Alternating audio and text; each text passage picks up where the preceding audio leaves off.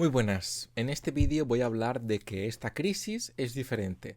Y por supuesto que esa crisis es diferente porque todas las crisis son diferentes. Todas las crisis económicas, todas las crisis sanitarias son diferentes. Hay mucha gente que cuando se para a analizar la situación dice, es que nunca habíamos vivido algo como esto. Y digo, claro, es que si hubiéramos vivido algo como esto, los mercados financieros los gobiernos no hubieran reaccionado de la forma en la que la han hecho. España no hubiera reaccionado a nivel sanitario como lo ha hecho si ya hubiera vivido esto. Por eso, Corea del Sur, que ya había vivido algo relativamente parecido, pero de forma mucho más local, ha podido lidiar con esto mucho mejor que España, porque tiene experiencia, ¿vale? Sin embargo, a nivel económico pasa exactamente lo mismo. No hay normalmente una crisis económica con algo que ya hemos visto con anterioridad. Hay una crisis económica con algo nuevo y que parece grave, ¿vale? Sin embargo, sí que es cierto que es diferente. Lo que pasa es que sea diferente no significa que vaya a ser peor. Puede ser que sea peor, pero no porque sea diferente, sino por las especificaciones de ese problema. Aún así, cuando en Wall Street decimos que no hay nada nuevo bajo el sol, lo que queremos decir no es que esta situación no sea diferente, sino que a nivel económico el hecho de que baje la bolsa mucho por algo diferente y luego se recupere es algo normal, es algo cíclico, ¿vale? Que pasa de forma habitual. Y yo, como sabéis, me llevo preparando por esto desde que empezó este canal de YouTube en el 2016, ¿vale? Aún así sí que es cierto que hay dos cosas que son particularmente diferentes con esto. Uno es que esta crisis se veía venir, por eso hice el vídeo que hice diciendo que en algún momento entre el 2020 y el 2024 iba a haber una crisis económica, lo cual es una estimación conservadora pero realista, en mi opinión, ¿vale? Considerando que llevamos ya 11 años una crisis económica, lo cual es el récord histórico, pero sí que es cierto, por otro lado, que tenemos que considerar que ha pasado antes de lo que esperábamos. Yo esperaba que esta crisis económica pudiera llegar en octubre del año 2020 o en algún momento de la segunda candidatura de Trump, que lo tenía básicamente todo a su favor para ganar otra vez, o justo después de la reelección de, de Trump en su tercer término, se llega a tener un tercer término, o por la persona que fuese a tomar la presidencia de Estados Unidos en ese momento. Y me centro en Estados Unidos porque seamos realistas, Estados Unidos es más de la mitad de la economía global, por lo tanto, lo que pasa en Estados Unidos sigue al resto del mundo. Ahora mismo, a finales de marzo, los mercados han subido bastante. No sé cómo estarán a mediados de marzo, ni en la primera semana de abril, perdón, ni a mediados de abril, pero han subido bastante porque Estados Unidos, que hasta el momento no había estado muy afectado por esto, está empezando a ser afectado por esto, pero está tomando acción al respecto y se está tomando las cosas en serio, tanto a nivel financiero como a nivel económico. Sobre todo, perdón, como a nivel sanitario, pero sobre todo a nivel financiero porque estamos hablando de que Trump es el presidente y a Trump pues también le interesa un poco lo que le interesa. Eh, Hablaremos en otro vídeo de hasta qué punto esto del coronavirus se veía venir económicamente o no. Mi respuesta es realmente no y veremos realmente por qué en ese vídeo. Pero lo segundo que hace diferente a este virus, ¿vale? Bueno, perdón, a esta crisis o a esta recesión o a este bear market, ¿vale? Esta bajada mayor de un 20% de la bolsa, lo cual pasa aproximadamente una vez cada 10 años, es el hecho de que sí, por un lado ha pasado un poquito antes de lo que nos esperábamos, porque este virus lo ha acelerado todo de una forma un poco inesperada y ha pulsado el botón rojo, no el botón de crisis, por así decirlo, antes de lo que nos esperábamos, y hemos visto una de las caídas más rápidas y más graves en la historia de la bolsa. Aún así es interesante comentar que sí que es cierto que mi cartera, personalmente, eh, al menos mi cartera en España, la cual es un 80% acciones, 20% bonos, desde el año creo que 2017, quizá 2016, tuvo una rentabilidad negativa por dinero en los momentos más bajos de la bolsa hasta el momento, pero nunca ha llegado a tener una crisis negativa por tiempo. ¿Y a qué me refiero con esto? Esto quiere decir que sí, como yo he estado invirtiendo durante años, y mi sueldo ha aumentado significativamente en 2018 y mucho más aún en 2019, y por lo tanto mis aportaciones mensuales periódicas han sido mucho mayores en 2019 que en 2016, ¿vale? Te estoy hablando de mucho más altas, pues sí que es cierto que no he tenido interés o tanto interés en positivo en esas rentabilidades del 2019 que en las rentabilidades del 2016.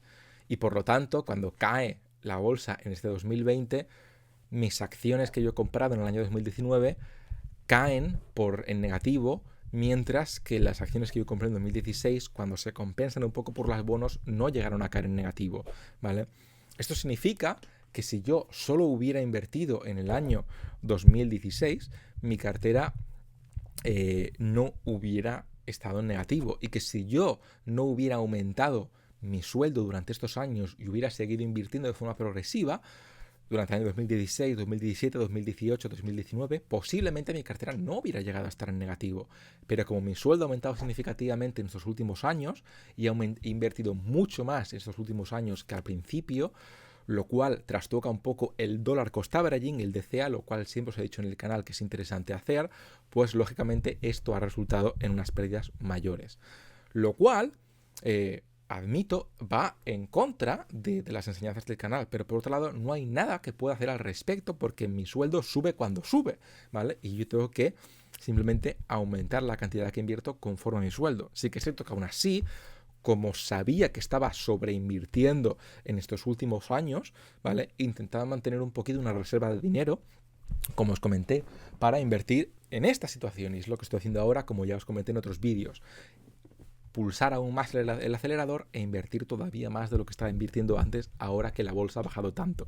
Pero al margen del hecho que ya, como ya hemos comentado, de que la bolsa ha bajado mucho, muy rápido, de forma muy virulenta, ¿vale? Y de una forma bastante imprevista, por otro lado, la recuperación que hemos visto a finales de marzo también ha sido bastante significativa, bastante rápido, y esto no es realmente lo importante porque esto ya lo hemos visto antes, va compensada o va reforzada, mejor dicho, por una respuesta económica muy fuerte por parte de los gobiernos, ¿vale? Lo cual tiene su lado bueno y su lado malo, como ya hemos comentado. El lado malo, como ya hemos comentado, es el tema, o como vamos a comentar la semana que viene, es el tema de la superinflación, ¿vale? Que puede derivarse por parte de tanto préstamo con poco interés o sin interés, por parte de tanto rescate, por parte de tanta impresión de dinero, por lo cual insisto en que es muy importante tener el dinero dando alguna rentabilidad en algún sitio a día de hoy,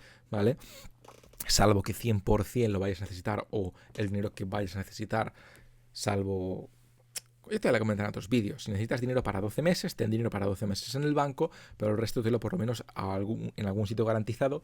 Y si no lo vas a necesitar, pues sí que sería interesante tenerlo protegido contra una posible superinflación, ¿vale?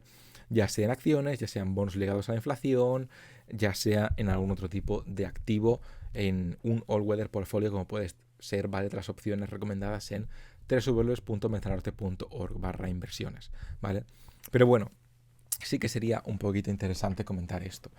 El hecho de que estamos teniendo una respuesta económica tan grave o tan acentuada por parte de los gobiernos, por parte de la inyección de liquidez al mercado, por parte de los bancos, etcétera, etcétera, hace que posiblemente esta crisis vaya a ser diferente.